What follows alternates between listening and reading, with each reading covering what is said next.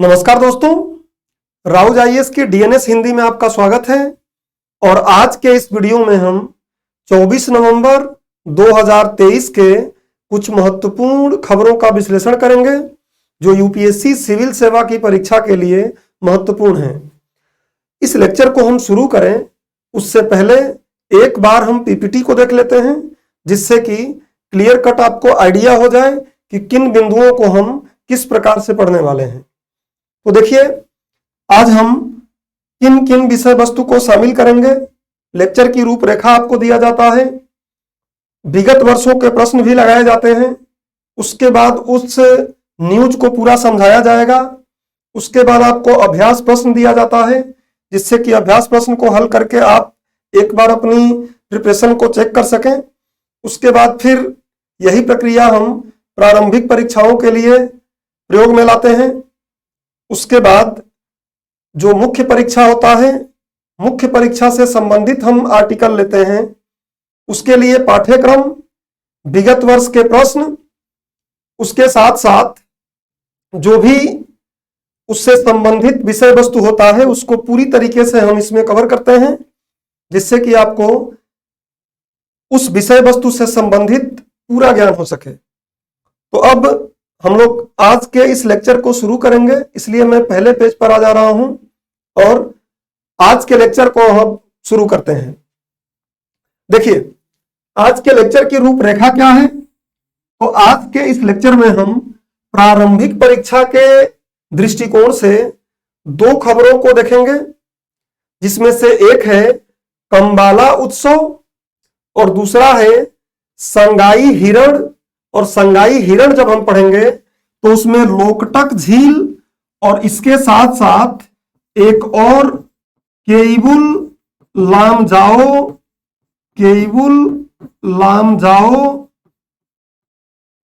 राष्ट्रीय उद्यान के बारे में भी पढ़ेंगे। इस पर पहले प्रारंभिक परीक्षा में प्रश्न आ भी चुका है, इसलिए इन तीनों बिंदुओं को हम शामिल कर लेंगे।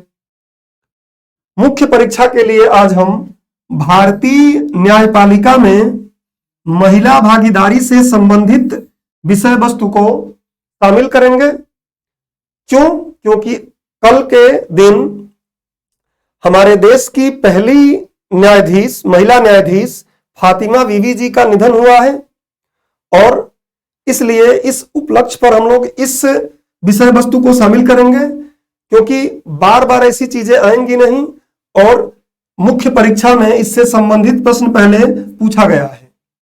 तो चलिए आज के पहले खबर की तरफ हम चलते हैं।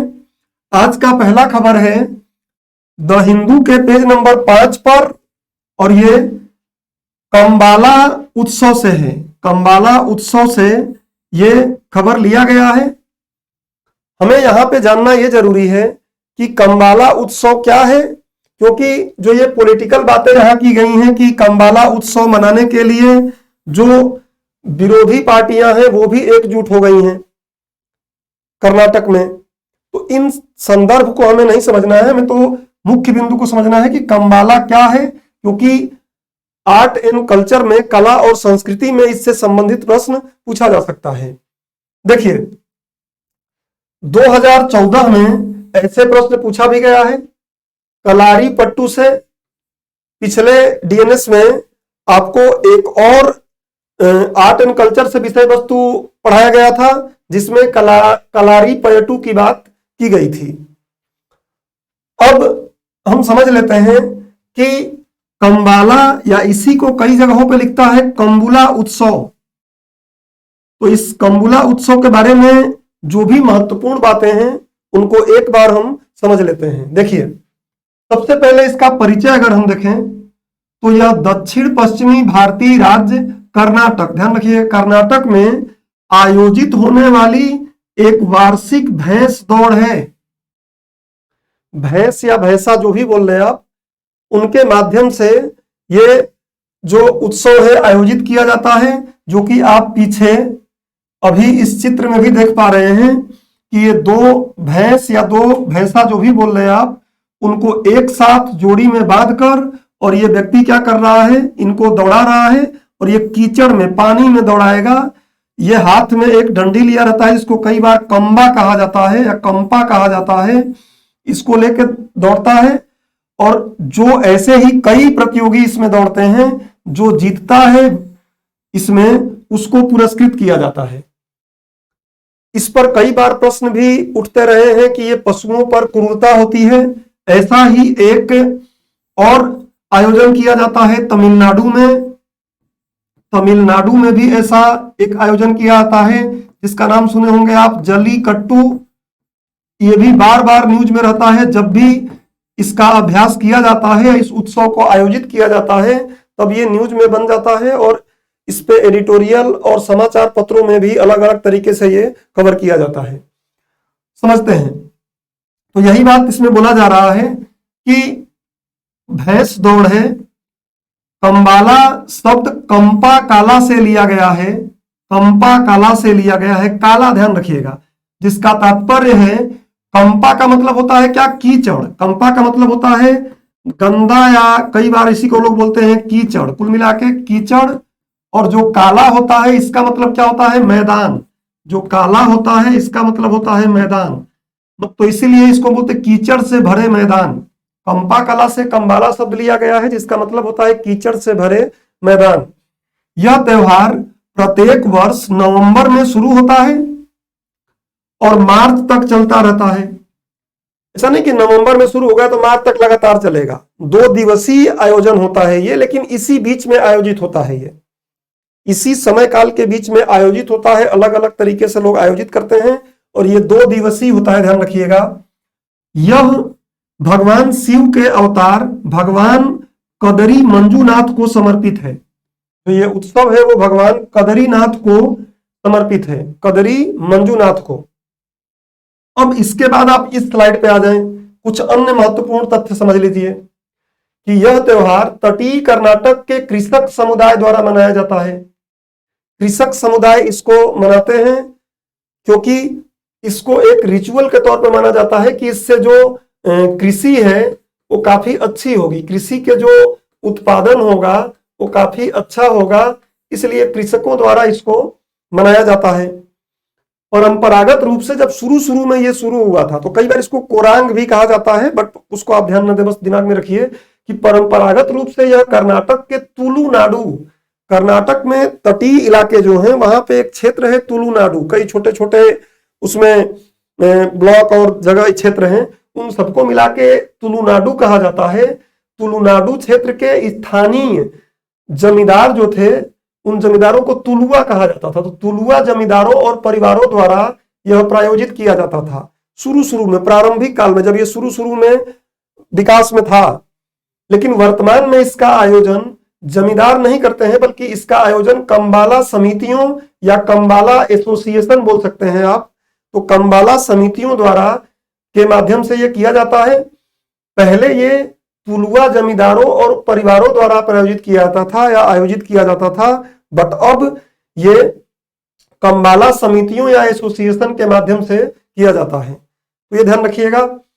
ऐतिहासिक रूप से विजेताओं को नारियल और केले से पुरस्कृत किया जाता था।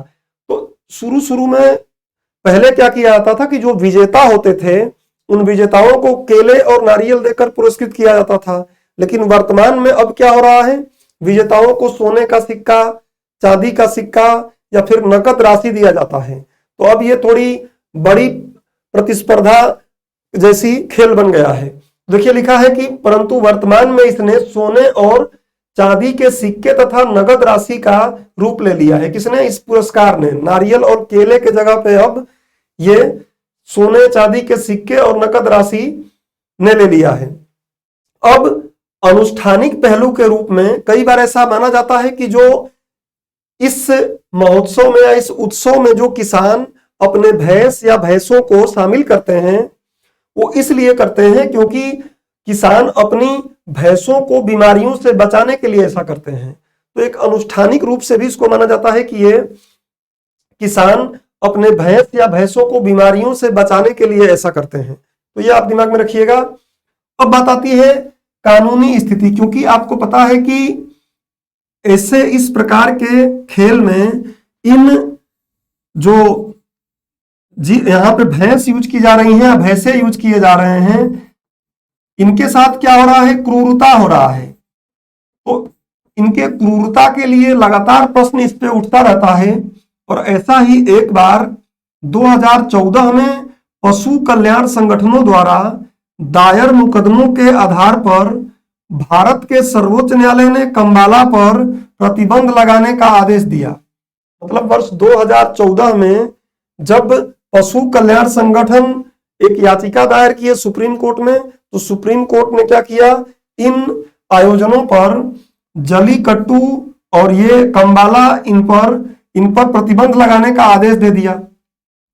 और यही लिखा गया कि प्रतिबंध में बैल को काबू करने का खेल जलीकट्टू भी शामिल है।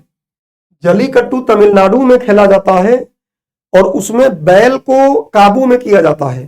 तो आप देखे ही होंगे किस तरीके से ये किया जाता है, आप उसका एनिमेशन भी देख सकते हैं।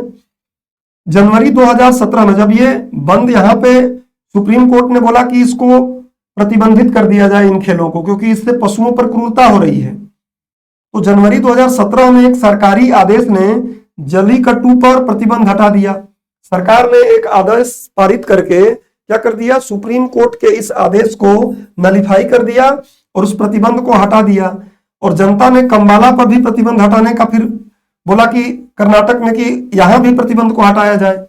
तो कर्नाटक ने भी क्या किया, जानवरों के प्रति क्रूरता की रोकथाम कर्नाटक संशोधन अध्यादेश 2017 पारित किया और इसके माध्यम से कंबाला उत्सव को फिर से क्या कर दिया, वैध कर दिया। और यह अध्यादेश था, आपको पता है कि अध्यादेश से काम चलना नहीं है, तो यह अध्यादेश वर्ष 2018 में क्या हो गया, कानून भी बन गया है। मतलब वर्तमान में इन खेलों को क्या कर दिया गया है, खासकर जलीकट्टू और कंबाला, इनको क्या वैधता भी प्राप्त है। तो ये इतनी बातें अगर आप दिमाग में रखते हैं तो इससे संबंधित कुछ प्रश्न पूछा जाएगा तो आप हल कर सकते हैं। इससे जुड़ा हुआ एक अभ्यास प्रश्न आप देख लीजिए, इस अभ्यास प्रश्न को हल करने का प्रयास करिएगा। जो हमने पढ़ा है उसी से संबंधित जो हमने अभी देखा है नॉलेज, उससे ही ये हल हो जाएगा। अब बात करते हैं अगले न्यूज की। जो अगला खबर है द हिंदू के पेज नंबर 13 पर है और इसका संदर्भ क्या है तो आप देख सकते हैं, ये हाईलाइटेड है, पीडीएफ में आप पढ़ लीजिएगा।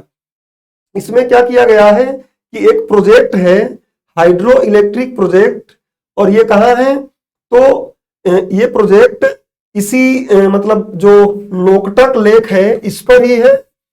और इसको लेकर, इस हाइड्रो इलेक्ट्रिक प्रोजेक्ट के आधुनिकीकरण को लेकर जो मणिपुर राज्य की सरकार है वो चिंता व्यक्त की है केंद्र सरकार की तरफ। तो इस बात को लेकर ये न्यूज में आया है।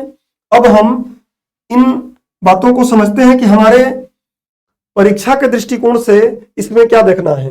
देखिए 2015 में प्रारंभिक परीक्षा में सीधे इसी पर क्वेश्चन पूछा गया है कि कौन सा एक नेशनल पार्क इसलिए अनूठा है कि वह प्लवमान मतलब फ्लोटिंग तैरता हुआ वनस्पति से युक्त स्वयंप है, आर्द्र भूमि जैसा है, स्वयंप है होने के कारण समृद्ध जैव विविधता को बढ़ावा देता है। तो इसका आंसर उस समय केबुल लामजाओ नेशनल पार्क था।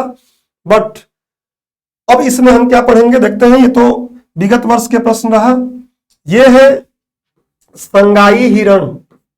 संगाई, कई जगह पे संगाई भी लोग बोलते हैं, तो संगाई हिरण, इसके बारे में हम पढ़ेंगे डिटेल में कि ये क्या है। तो संगाई हिरण को सबसे पहले हम देख लेते हैं। ये संगाई हिरण की तस्वीर थी, अब संगाई हिरण के बारे में देख लेते हैं कि क्या है। देखिए संगाई हिरण, सबसे पहले कि इसका वैज्ञानिक नाम क्या है, तो इसका वैज्ञानिक नाम रूसेरवस एल्डी है। रूसेरवस एल्डी इसका वैज्ञानिक नाम है। यह एक विशेष प्रकार का हिरण है जिसे मणिपुर के राज्य पशु का दर्जा भी प्राप्त है। और क्या बात है, तो यह अन्य नाम से भी जाना जाता है। आप कई बार पढ़ते होंगे थामीन परियोजना या थामीन संरक्षण परियोजना, तो थामीन इसी का नाम है। देखिए यह अन्य नाम से भी जाना जाता है, जैसे थामीन हिरण, भौह मृग हिरण, नाचता हुआ हिरण, ये सब इसके नाम हैं। अब नाचता हुआ हिरण क्यों, तो आगे हम देखेंगे कि इस केबुल लामजाओ जो राष्ट्रीय उद्यान है, आगे हम देखेंगे, उसमें फुंडी पाई जाती हैं। फुंडी, कई जगह पे फुंडी लिखता है, कई जगह पे फुंडी लिखता है। ये क्या है? तैरते हुए द्वीप हैं। ये तैरते हुए द्वीप हैं, आगे अभी हम देखेंगे इसके बारे में। तैरते हुए द्वीप हैं, और ये तैरते हुए जो द्वीप हैं इस पर घास वगैरह है। अब इस पर मान लीजिए हिरण जब इस पे खड़ा होता है तो उसके पैर इसमें क्या होते हैं? दलदल जैसा है, तो फंस जाता है। और जब पैर फंस जाता है तो अपना पैर निकालने का प्रयास करता है। लेकिन जब अपना पैर निकालने का प्रयास करता है तो दूर से ऐसा प्रतीत होता है कि वो क्या हो रहा है? डांस कर रहा है, नाच रहा है। इसीलिए इसको नाचता हुआ हिरण भी कहते हैं।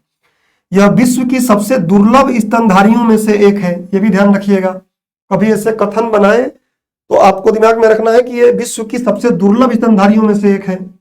यह मणिपुर की लोकटक झील के दक्षिण पूर्वी भाग में पाया जाता है। यह भी ध्यान रखेंगे।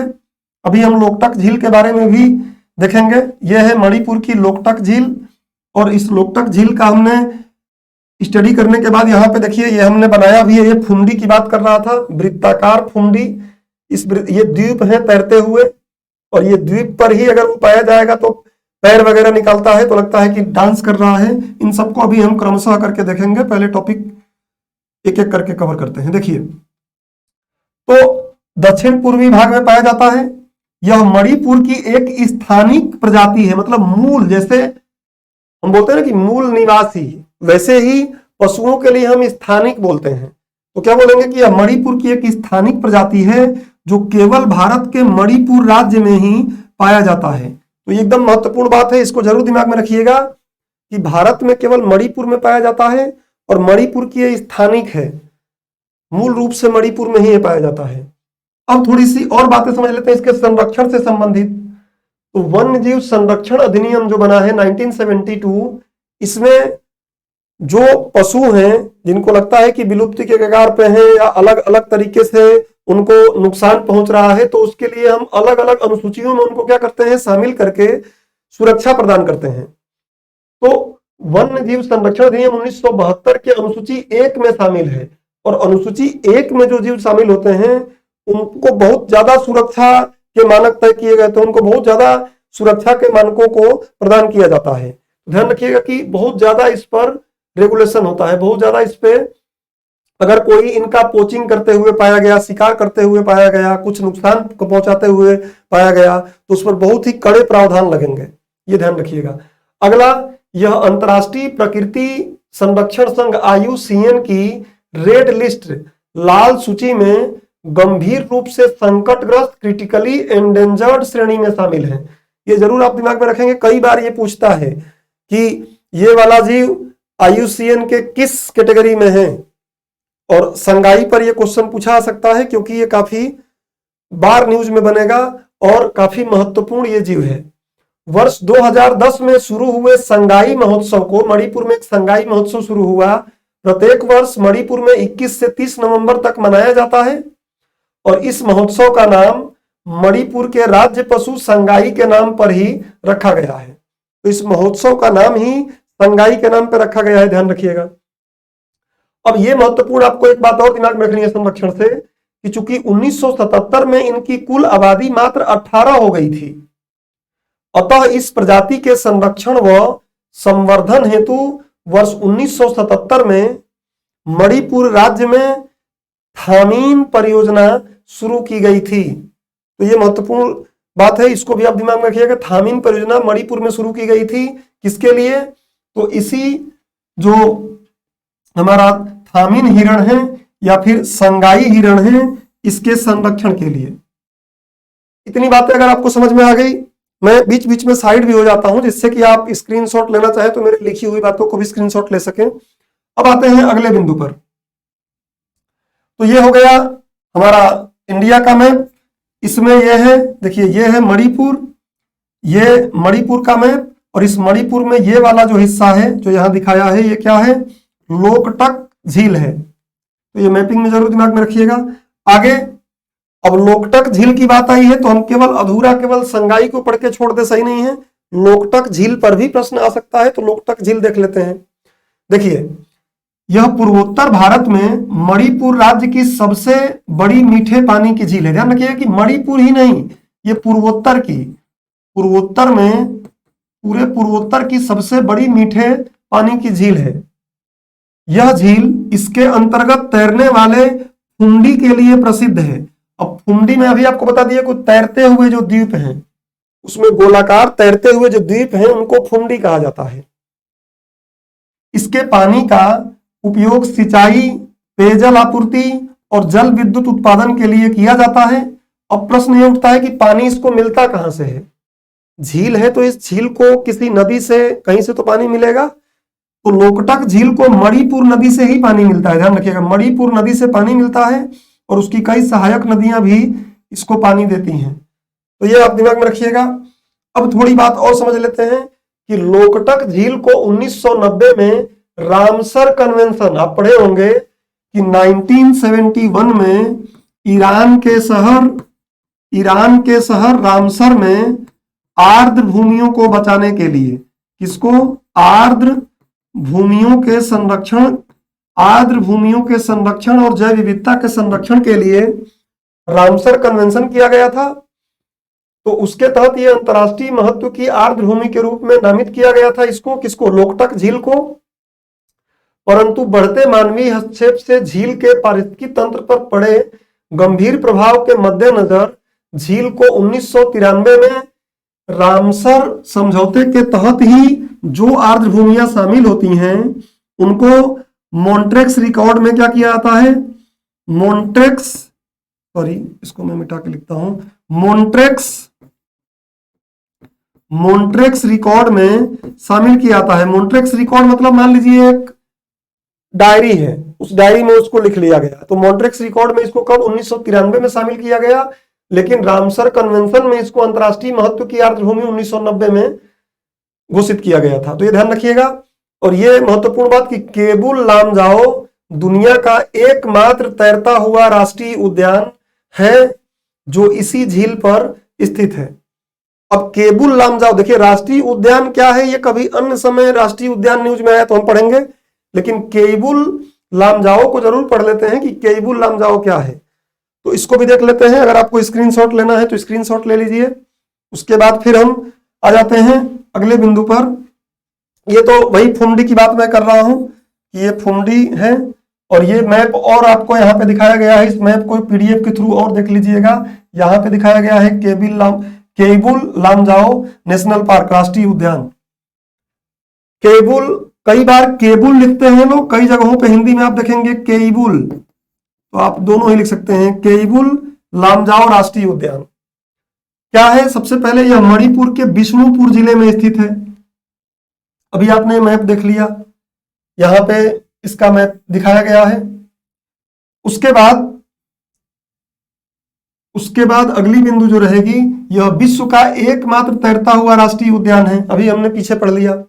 लोकटक झील पर स्थित केबुल लामजाओ राष्ट्रीय उद्यान मणिपुर के नाचने वाले संगाई हिरण का प्राकृतिक आवास है। यह भी अभी हमने पढ़ लिया। अब इसमें कुछ जीव जंतु पाए जाते हैं, कुछ का नाम मैंने यहां लिख दिया है। सारा ना तो आपको याद रहेगा और नहीं याद करने की जरूरत है। तो इसमें जंगली सुअर, हॉग डियर, सामान्य उदबिलाव, बड़ी भारतीय बिल्ली, भौंकने वाला हिरण, बार्किंग डियर बोलते हैं इसको, लोमड़ी, सुनहरी बिल्ली इत्यादि शामिल हैं। और कुछ वनस्पतियां भी हैं वहां, जिसमें से एक सैंकरम मुंजा है, एक जिनजानिया, लैटिफोलिया, जंगली चावल है, ये इत्यादि शामिल हैं। तो इतना आपको दिमाग में रखना है केबुल लामजाओ के बारे में। तो इस तरीके से हमने इस पूरे खबर को, जितनी भी महत्वपूर्ण बातें हमारे परीक्षा के दृष्टिकोण से, उसको देख लिया। अब इस पर संबंधित, इसका अगर आपको स्क्रीनशॉट लेना है तो ले लीजिए, और इस पर संबंधित एक हम अभ्यास प्रश्न यहां लगा दिए हैं। इसको हल करके देखिएगा। जो भी हमने अभी पढ़ा है उससे ये आसानी से हल हो जाएगा। अब हम लोग बात करेंगे आज के मुख्य परीक्षा से संबंधित जो हमने विषय वस्तु कवर किया है या शामिल करेंगे जिसको, वो देखते हैं। देखिए द हिंदू के पेज नंबर 14 पर, और बाकी तो हर न्यूज़पेपर में ही यह है कि कल जो हमारे देश की पहली महिला जज थी फातिमा बीवी, इनका निधन हो गया है। सुप्रीम कोर्ट की पहली महिला जज थी, इनका निधन हो गया है। तो यूपीएससी पहले क्या किया है आप देखेंगे तो यूपीएससी इस पर पहले एक क्वेश्चन भी पूछा है कि विविधता, समता और समावेशिता सुनिश्चित करने के लिए उच्चतर न्यायपालिका में महिलाओं के प्रतिनिधित्व को बढ़ाने की वांछनीयता पर चर्चा कीजिए 2021 में। तो इस संदर्भ में आज हम इसको पढ़ेंगे। अब ये कहां कहां आ सकता है, तो जीएस 1 में आ जाएगा, ये मुद्दा आप पढ़ लीजिएगा, इसमें आ सकता है जीएस 1 में, और जीएस 2 में भी आ सकता है। कहां? न्यायपालिका से संबंधित जो मुद्दे हैं इसमें जुड़ सकता है, क्योंकि जो भी प्रश्न मैं आपको दिखाया वो जीएस 2 में ही आया था, तो ये सिलेबस में जुड़ जाएगा। अब हम बात कर लेते हैं सबसे पहले ये कि क्योंकि हमारे देश की प्रथम महिला न्यायाधीश हैं सुप्रीम कोर्ट की, तो थोड़ा सा इनके जीवन काल को हम 1 मिनट में समझ लेते हैं, थोड़ा आपको भी एक ब्रॉड आइडिया हो जाएगा। देखिए, और न्यूज में यही कवर भी किया गया है। जस्टिस फातिमा बीवी 1927 में जन्म इनका हुआ है, 2023 में इनकी मृत्यु हुई है। ये इनका एक पिक्चर है जो पीडीएफ में आपको मिलेगा, आराम से देख लीजिएगा। 1927 में इनका जन्म हुआ है। पिता इनके मीरा साहिब, माता जो है खदीजा बीवी, केरल के पथानामथिट्टा ये जिला भी है और एक जगह का नाम भी है, वहां उसी जिले में वहां हुआ था। 8 संतानों में अपने माता पिता के सबसे बड़ी थी हैं, रसायन विज्ञान में स्नातक थी। 1950 में पिता के कहने पर यह कानून की पढ़ाई शुरू की थी। इनके पिता इनको प्रेरित किए तो ये कानून की पढ़ाई शुरू की। 1950 में बार काउंसिल द्वारा स्वर्ण पदक पाने वाली पहली महिला कानून स्नातक बनी है। तत्पश्चात कोल्लम जिले में अधिवक्ता के रूप में पंजीकृत हुई। 1974 में इनका सफर शुरू हुआ तो जिला सत्र न्यायाधीश के रूप में नियुक्ति हुआ इनका। 1983 में केरल उच्च न्यायालय के न्यायाधीश के पद पर नियुक्ति हुई। 1989 में सर्वोच्च न्यायालय में न्यायाधीश के पद पर इनकी नियुक्ति हुई। 1992 में सेवानिवृत्त हो गई। उसके पश्चात ये राष्ट्रीय मानवाधिकार आयोग के सदस्य के रूप में भी 1997 तक रही। 1997 में इनको तमिलनाडु के राज्यपाल के रूप में नियुक्त कर दिया गया था सरकार द्वारा, और अभी 23 नवंबर 2023 को पंचतत्व में विलीन हो गई हैं, इनकी मृत्यु हो गई है। तो ये इनका जीवन काल रहा है। वैसे तो पीडीएफ आपको मिल ही जाता है, लेकिन फिर भी आप स्क्रीनशॉट लेना हो तो ले लीजिए। अब हम बात करते हैं कि इसको हम अपने परीक्षा के दृष्टिकोण से किस तरीके से शामिल करें। देखिए, मैंने यहां पे हेडिंग रखा है कि भारतीय न्याय व्यवस्था में महिलाओं की भागीदारी। इससे संबंधित प्रश्न पूछा जा सकता है। ध्यान रखिएगा कि उच्चतर न्यायालय बोला है और मैं कॉलेजियम पद्धति डीएनएस में ही बहुत डिटेल में कवर कर चुका हूं। आप पीछे जाके देख सकते हैं, कॉलेजियम पद्धति को बहुत डिटेल से मैंने कवर किया है। तो उच्चतर न्यायपालिका अगर बोलता है कभी उच्चतर न्यायपालिका, तो उच्चतर न्यायपालिका का मतलब ध्यान रखिएगा क्या होगा, हाई कोर्ट और सुप्रीम कोर्ट दोनों मिलकर क्या बनाते हैं, उच्चतर न्यायपालिका। और उसके बाद जो अधीनस्थ न्यायपालिका होता है वो नीचे आपको पता है कि जिला न्यायालय और भी जो न्यायालय बनते हैं अधीनस्थ न्यायालय उसमें आएंगे। अब अपने टॉपिक को पढ़ते हैं कि भारतीय न्याय व्यवस्था में महिलाओं की भागीदारी। इसके लिए सबसे पहले हमको वर्तमान स्थिति समझ लेनी चाहिए कि वर्तमान में क्या स्थिति है, क्या भागीदारी है, कितनी भागीदारी है न्यायपालिका में महिलाओं की। इसके लिए हम कुछ डेटा पहले देखते हैं। देखिए, वर्तमान स्थिति क्या है। शुरू करते हैं हम सुप्रीम कोर्ट से, सर्वोच्च न्यायालय से। आपको पता है कि सर्वोच्च न्यायालय में 34 संख्या है, जिसमें से 33 + 1 मतलब एक तो मुख्य न्यायाधीश है और 33 न्यायाधीश होते हैं। तो इस 34 संख्या में से मात्र 3 महिला न्यायाधीश हैं। अभी वर्तमान में मात्र 3 महिला न्यायाधीश हैं इन 34 न्यायाधीशों में से। और वो तीनों लोग कौन सी हैं, तो जस्टिस हिमा कोहली, थोड़ा सा और बेहतर आपको समझ में आएगा इसलिए मैंने नाम भी ले लिया है, जस्टिस बेला माधुरी त्रिवेदी और जस्टिस वी नागरत्ना। ऐसा कहा जा रहा है कि शायद जस्टिस वी नागरत्ना है, ये पहली मुख्य न्यायाधीश भी बन सकती हैं, पर ठीक है। आज और महत्वपूर्ण बात क्या है कि ये तो न्यायाधीश हैं, और अभी मैं आपको बता दूं कि हमारे न्यायपालिका के इतिहास में, स्वतंत्रता के बाद जो हमारे न्यायपालिका का इतिहास रहा है, उसमें अब तक मात्र 11 महिलाएं ही सर्वोच्च न्यायालय में न्यायाधीश बन पाई हैं।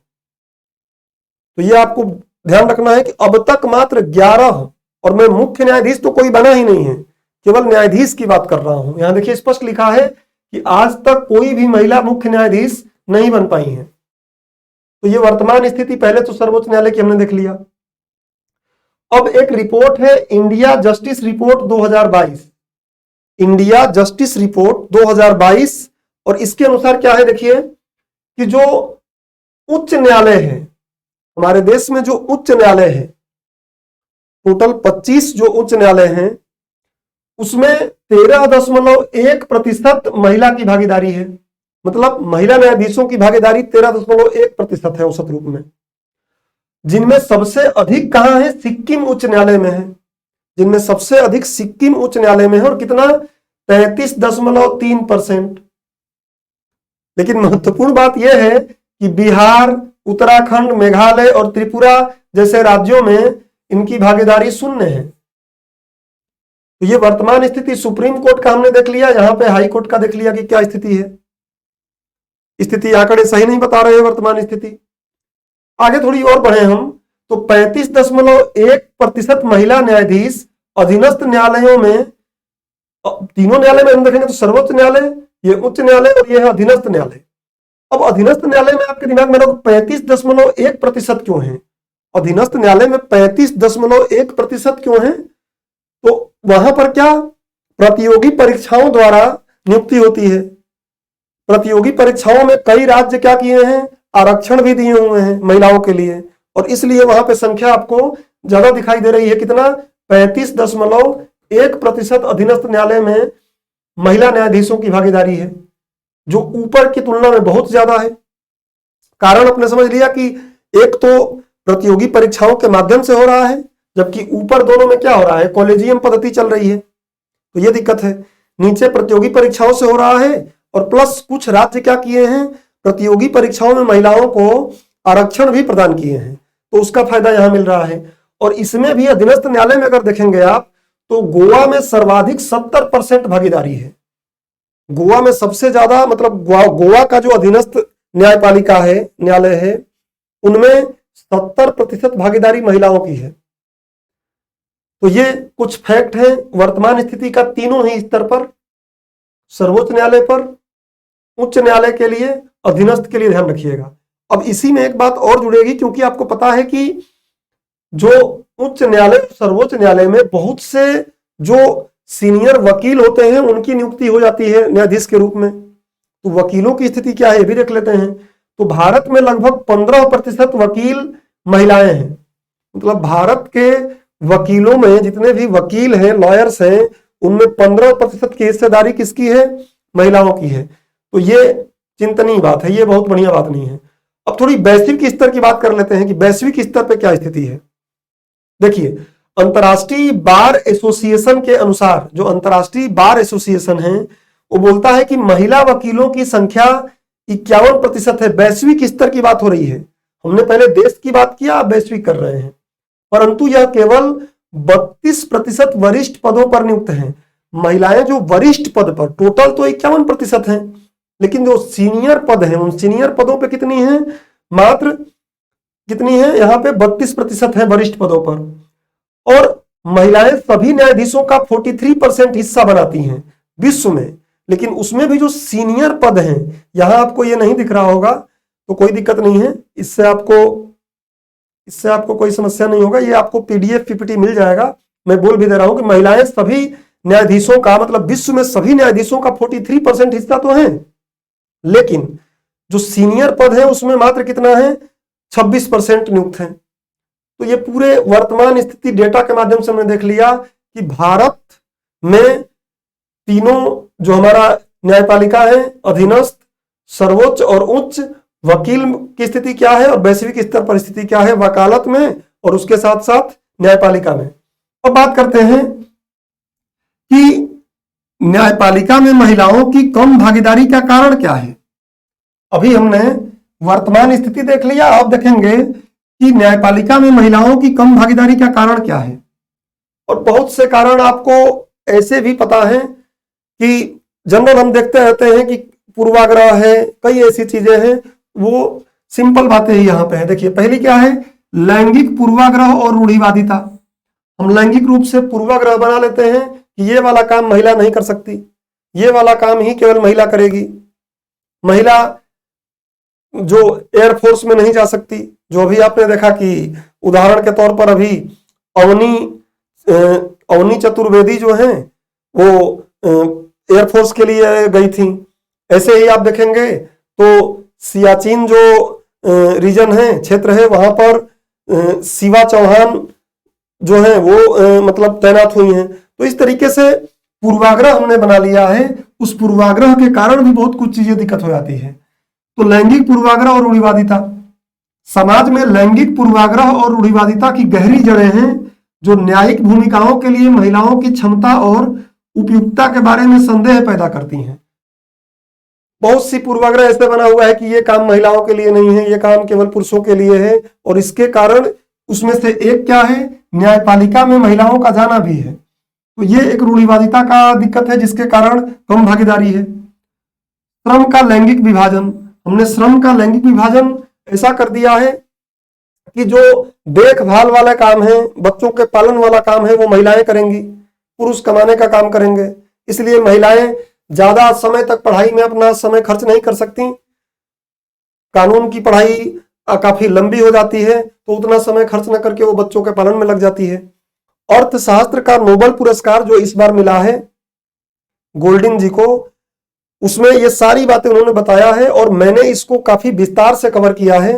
आप चाहे तो जाके नोबेल सीरीज वाला जो हमारा वीडियो सीरीज है इसी चैनल पर, उसमें अर्थशास्त्र के नोबेल पुरस्कार को भी देख सकते हैं, तो उससे भी आपको एक अच्छा आइडिया मिल जाएगा।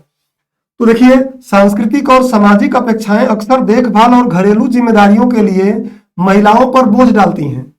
यह महिलाओं के लिए कानूनी क्षेत्र में अपनी आजीविका बनाने को चुनौतीपूर्ण बनाता है। कानून के क्षेत्र में फिर वो आ नहीं पाती हैं। आगे, भेदभाव और उत्पीड़न। कानूनी पेशे से जुड़ी कुछ महिलाओं को भेदभाव और यौन उत्पीड़न का सामना करना पड़ता है, जो एक प्रतिकूल कार्य वातावरण बनाता है और उन्हें न्यायिक क्षेत्र में भविष्य में अपना करियर बनाने के लिए क्या करता है, ये रोकता है। कानूनी पेशे से जुड़ी कई महिलाओं के साथ कई ऐसे कार्यस्थल पर और महिलाओं में भेदभाव एवं उत्पीड़न की ऐसी बहुत सी चीजें देखने को मिलती हैं, जिससे उनमें डर पैदा होता है कि नहीं, हमें इस फील्ड में नहीं जाना है क्योंकि कानूनी पचड़े में महिलाएं नहीं पढ़ सकती। तो ये भी एक भेदभाव और उत्पीड़न का समस्या है। लैंगिक अंध नीतियां, हमारी सरकार जब नीतियां बनाती हैं या जो भी नीतियां हमारी बन रही हैं वो लैंगिक रूप से अंध हैं, वो विशेष रूप से महिलाओं के लिए फोकस नहीं होती। ट्रांसजेंडर वर्ग भी अभी आ गया है, उसके तरफ फोकस नहीं होती। तो हम अलग अलग सेक्शन के लिए नीतियों पर काम नहीं करते हैं। ये समस्या एक है जिसको लैंगिक अंध नीतियां बोला जा रहा है, कि नीतियां महिलाओं के सामने आने वाली अनूठी चुनौतियों पर विचार करने में विफल रही हैं। महिलाओं के लिए क्या चुनौतियां रहेंगी, उसको कैसे समाधान किया जाए, उसमें विफल रही हैं। जैसे कि कार्य जीवन संतुलन, किस तरीके से वो बच्चों का पालन करते करते अपने कार्य भी करते रहें। तो ये सब संतुलन की चीजें केवल उन्हीं पर डाल देना सही नहीं है। भर्ती और पदोन्नति में अंतर्निहित पूर्वाग्रह, भर्ती और पदोन्नति में पूर्वाग्रह है कि मेल को ज्यादा वरीयता दिया जाए, फीमेल को नहीं। उसके बाद जो इन मुद्दों को संबोधित करने के लिए आवश्यक समर्थन, प्रशिक्षण और संसाधन प्रदान नहीं करते, जिसके परिणाम स्वरूप न्यायपालिका में महिलाओं का कम प्रतिनिधित्व होता है। अगला है अपर्याप्त न्यायिक बुनियादी ढांचा। अपर्याप्त बुनियादी ढांचा बहुत अच्छे नहीं है।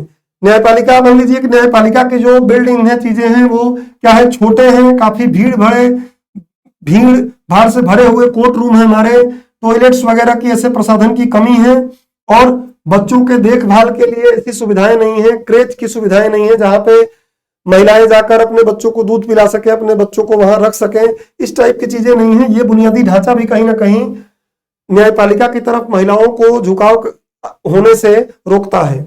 अगला है महिला आरक्षण नहीं होना। अभी आपने देखा कि बहुत समय बाद, कितने समय से मांग हो रही थी कि विधायिका में क्या किया जाए, महिलाओं को भागीदारी या महिलाओं को रिजर्वेशन दिया जाए।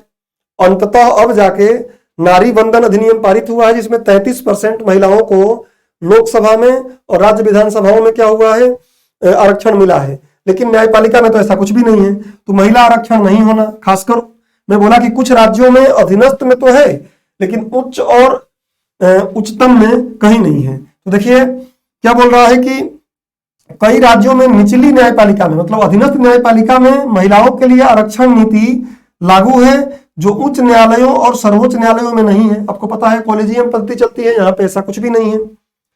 असम, आंध्र प्रदेश, तेलंगाना, ओडिशा और राजस्थान जैसे राज्यों को इस तरह के आरक्षण का लाभ मिला है, जिससे उनके पास लगभग अब 40 से 50% महिला न्यायिक अधिकारी हैं। लेकिन कहां, अधीनस्थ न्यायालय में। ध्यान रखिएगा। अपारदर्शी कॉलेजियम प्रणाली, हमारी कॉलेजियम प्रणाली तो अपारदर्शी है, इस पर कितने प्रश्न चिन्ह उठते रहे हैं, और ये पूरा मुद्दा मैंने डीएनएस में ही कवर किया है, आप जाके देख सकते हैं। उसका वीडियो लिंक भी मैं इस वीडियो के नीचे लगवा दूंगा। तो क्या है, प्रवेश परीक्षा के माध्यम से भर्ती की विधि के कारण प्रदेश स्तर पर अधिक महिलाएं निचली न्यायपालिका में प्रवेश करती हैं। हालांकि उच्च न्यायपालिका में एक कॉलेजियम प्रणाली है जो अधिक अपारदर्शी है, और इसमें पूर्वाग्रह को प्रतिबिंबित करने की अधिक संभावना रहती है। यही तो कारण है। अदरवाइज महिला, अब तक सुप्रीम कोर्ट का हमारा इतिहास में आजादी के बाद 11 महिलाएं ही न्यायाधीश बन पाई हैं सर्वोच्च न्यायालय में। तो डेफिनेटली कुछ तो कारण है। इसके लिए अलग से आयोग बैठाकर इस पर अध्ययन किया जाना चाहिए, सर्वे किया जाना चाहिए कि क्या कारण है, और उन कारणों का निराकरण करना चाहिए। तो ये हो गया कि न्यायपालिका में महिला भागीदारी कम होने का कारण क्या है। अब थोड़ा आगे हम बढ़ेंगे। आगे क्या है, देखिए कि न्यायपालिका में महिला भागीदारी की आवश्यकता क्यों कम तो है, लेकिन इनकी जरूरत क्यों है, क्यों इनको बढ़ाया जाए। तो पहली बात तो यह है कि आज देश की आबादी में 50% हिस्सा किसका है, महिलाओं का है। तो उनका प्रतिनिधित्व भी तो उसी अनुपात में होना चाहिए, उनका प्रतिनिधित्व भी तो उसी अनुपात में होना चाहिए। आज चुनाव में आप देख रहे हैं, अक्सर कई नेताओं द्वारा बोला जा रहा है कि जिसका जितना जनसंख्या है उसी अनुपात में उनको आरक्षण मिले। तो इनको क्यों नहीं मिले, बात करते हैं। देखिए कि क्या आवश्यकता क्यों है। महिला न्यायाधीश अक्सर लैंगिक मामलों के प्रति उच्च संवेदनशीलता लेके आती हैं।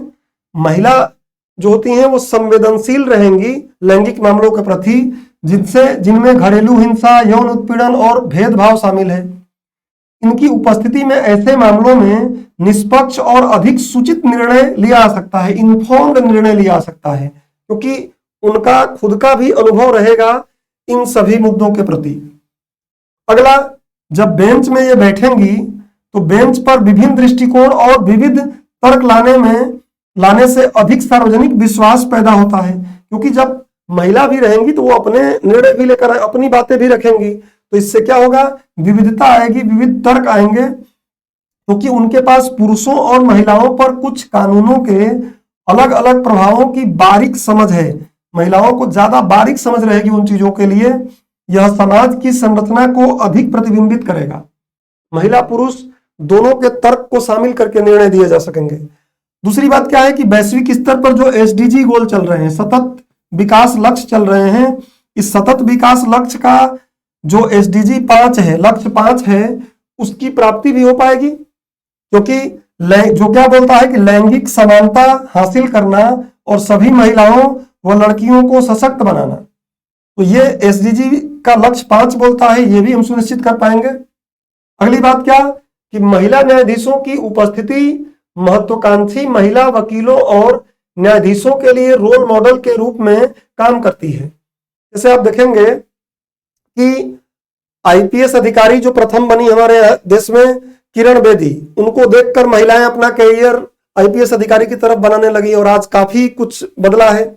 ऐसे ही मैंने आपको अभी अवनी चतुर्वेदी और शिवा चौहान का बारे में बताया। तो अभी जो हमारी प्रथम महिला न्यायाधीश है सर्वोच्च न्यायालय की, फातिमा बीवी, ये भी एक रोल मॉडल का काम किए हैं। तो ऐसे क्या होगा, महिला न्यायाधीशों की उपस्थिति से जो महिलाएं अपना कैरियर बनाना चाहेंगी कानून में, उनको एक रोल मॉडल की तरह वो काम करेंगी अगर महिलाएं इसमें आएंगी। तो वे अधिक महिलाओं को कानूनी क्षेत्र को आजीविका बनाने और पेशे में लिंग बाधाओं को तोड़ने की दिशा में काम करने के लिए प्रेरित और प्रोत्साहित करती हैं। अगर महिलाएं उसमें शामिल होंगी तो उनको देखकर अन्य महिलाएं प्रेरित होंगी और इस क्षेत्र में ज्यादा लोगों की भागीदारी बनने लगेगी महिलाओं की। अगला क्या है कि महिला न्यायाधीश अपने जीवन के अद्वितीय अनुभवों, महिलाओं का अपना अलग अलग अनुभव रहेगा प्लस अलग अलग निर्णय को दी रहेंगी, तो अद्वितीय अनुभवों और दृष्टिकोणों को न्याय व्यवस्था में लाती हैं। यह विभिन्न सामाजिक संदर्भों और अनुभवों को एकीकृत करता है जिन्हें शामिल करने और मान्यता देने की आवश्यकता है। तो महिलाएं जब आएंगी तो अपने अलग अलग अनुभव को लेकर इसमें आएंगी, जिससे क्या होगा, सामाजिक संदर्भ के लिए काफी बेहतर होगा और इसलिए उनको न्यायपालिका में जगह देना, उनकी भागीदारी को बढ़ाना अत्यंत आवश्यक है। तो ये हो गया क्यों आवश्यक है। थोड़े कुछ फैक्ट आप दिमाग में रखिएगा कि संयुक्त राष्ट्र महासभा प्रत्येक वर्ष 10 मार्च को अंतर्राष्ट्रीय महिला न्यायाधीश दिवस के रूप में मनाता है। दूसरा बात क्या, अंतर्राष्ट्रीय महिला दिवस दोनों अलग अलग है। अंतर्राष्ट्रीय महिला न्यायाधीश दिवस ये क्या है, अंतर्राष्ट्रीय महिला दिवस प्रत्येक वर्ष 8 मार्च को मनाया जाता है। ऐसे फैक्ट आप दिमाग में रखें। राष्ट्रीय महिला दिवस भारत में प्रत्येक वर्ष ये कब मनाया जाता है, राष्ट्रीय महिला दिवस 13 फरवरी को। तो ये एक्स्ट्रा कुछ फैक्ट थे, कभी आप कहीं लिख सकते हैं। अब हम आ जाते हैं अगले बिंदु पर। हमारा अगला बिंदु क्या है कि वे फॉरवर्ड क्या होना चाहिए, आगे का रास्ता क्या हो, निष्कर्ष क्या है। तो आगे का रास्ता देखिए, सबसे पहले तो न्यायाधीशों की नियुक्ति में कॉलेजियम प्रणाली में अधिक पारदर्शिता, विशेष रूप से महिला न्यायाधीशों की नियुक्ति में। कुल मिला के कॉलेजियम प्रणाली में पारदर्शिता लाया जाए और जो पारदर्शिता लाई जाएगी उसमें भी विशेष रूप से महिलाओं के दृष्टिकोण में पारदर्शिता को और बढ़ाना होगा। कॉलेजियम प्रणाली आप जाके पढ़ सकते हैं, डीएनएस हिंदी में ही कवर है। लड़कियों के बीच प्रतिभा के पूल को समृद्ध करने के लिए कानूनी शिक्षा में लड़कियों के लिए आरक्षण की व्यवस्था किया जाए। अगर कानूनी शिक्षा में महिलाओं के लिए रिजर्वेशन की व्यवस्था की जाएगी तो शायद ज्यादा महिलाएं आए, कानून की पढ़ाई ज्यादा करेंगी, तो हो सक वो वकील और न्यायाधीश के क्षेत्र में उनकी भागीदारी बढ़ेगी, न्यायपालिका में उनकी भागीदारी बढ़ेगी। अगला, महिला वकीलों को नेतृत्व की भूमिकाओं में सफल होने के लिए, अब एक रूढ़िवादिता बना दिया था कि महिलाएं अच्छे निर्णय नहीं ले पाएंगी, भावनात्मक हैं, ऐसे बहुत से पूर्वाग्रह हैं। यहां मुद्दा यह है कि महिलाओं को अपने नेतृत्व की भूमिका को सफल करने के लिए उनको आवश्यक उपकरण दिया जाए, समर्थन प्रदान किया जाए, प्रशिक्षण दिया जाए, ऐसी चीजें उनको दिया जाए। क्या क्या, तो इसके कुछ सब पॉइंट मैंने बनाया है। एक सकारात्मक कार्य स्थल या वातावरण बनाया जाए, ऐसा जगह बनाया जाए जहां पे वो अपने बच्चों को फीड कर सकें, दूध पिला सकें, बच्चों को क्रेच की व्यवस्था हो, साफ सुथरा जो टॉयलेट की व्यवस्था हो। तो इस प्रकार के अच्छे कार्यस्थल का चीजें बनाई जाए। उनकी देखभाल भूमिकाओं को पुनर्वितरित करने के लिए निर्देशित उपायों में निवेश किया जाना चाहिए, वही क्रेच में। उसके बाद उनको जो वृद्धों को देखभाल करती हैं तो वृद्धों की देखभाल के लिए हम अलग से कुछ सिस्टम बनाने का प्रयास करें, जिससे कि वृद्धों के देखभाल के लिए केवल वो मतलब वृद्धों का देखभाल इन्हीं पर निर्भर न रहे, तो मेडिकल सेक्टर में कुछ ज्यादा खर्च किया जाए।